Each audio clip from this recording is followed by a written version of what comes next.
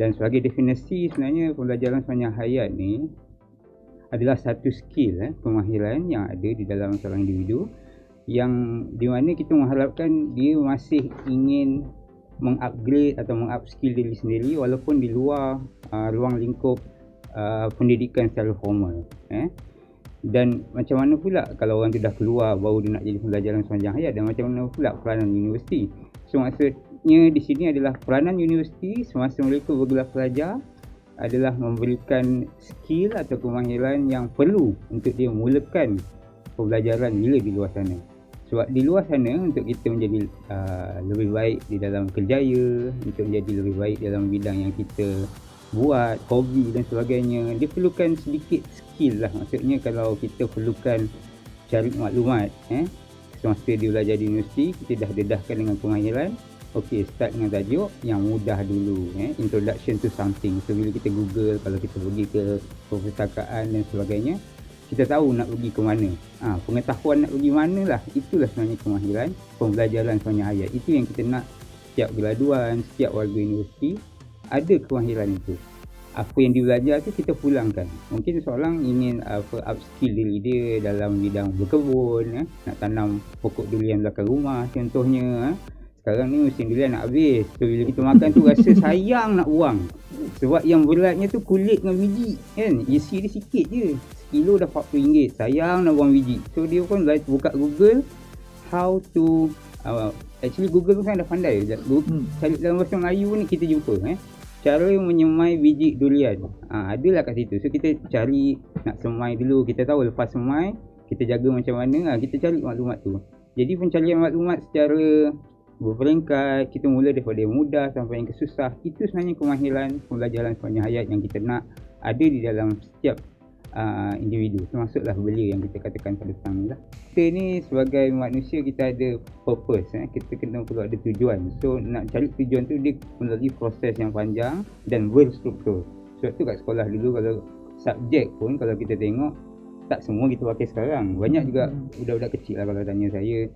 Anak-anak saya pun tanya juga belajar matematik ni untuk apa? Papa pakai ke bila kerja sekarang kan? Memang tak pakai, tapi betul macam yang Encik Lawi mention, pembelajaran di sekolah formal atau tak formal dia adalah satu proses yang panjang, dan di hujung ni nanti akan menyediakan kita untuk berfungsi dengan lebih baik di dalam masyarakat lah, sebagai ayah, sebagai anak, ahli masyarakat yang baik. Sebab kita dah ada foundation atau asas hidup berstruktur. Nak belajar pun kita tahu nak tanya yang mana dulu. In fact pembelajaran sepanjang hayat ni pada saya kepentingannya bukan nak menjadikan kita pandai, tetapi kita sedar yang nak tahu kita kena bertanya, kena start dekat sini. Kemahiran sangat penting untuk kita menjadi seorang berdikari dan juga dilihat sebagai seorang pemimpin lah masa depan. Sebab orang akan depend atas kita.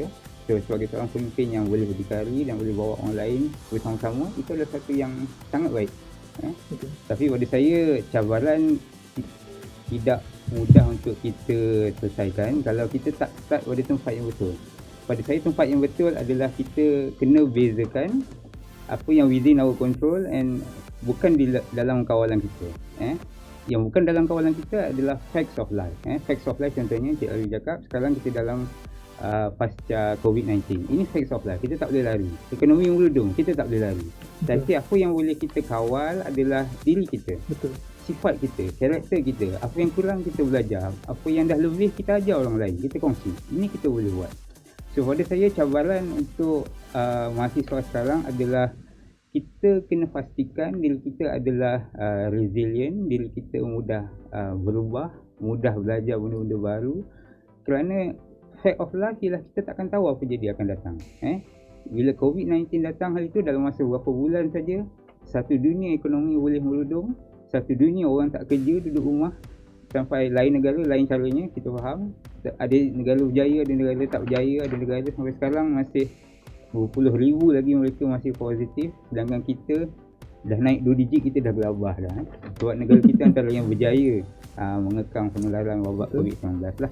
Jadi pada saya untuk menjawab soalan Cik Anwar yang susah ni, pada saya cabaran dia adalah cabaran untuk kita asingkan tu dulu. Asingkan yang mana facts of life yang memang kita tak boleh kontrol, kita tak boleh kawal, dan asingkan yang mana kita boleh kontrol dan kita boleh kawal. Bila kita dah sedar mana yang kita boleh kawal, baru kita nampak, oh, aku nak jadi macam Cik Lawi lah. Dia happy je badan dia besar tu. Dulu dia main sukat tengok tu. Happy, tapi dia pandai bercakap.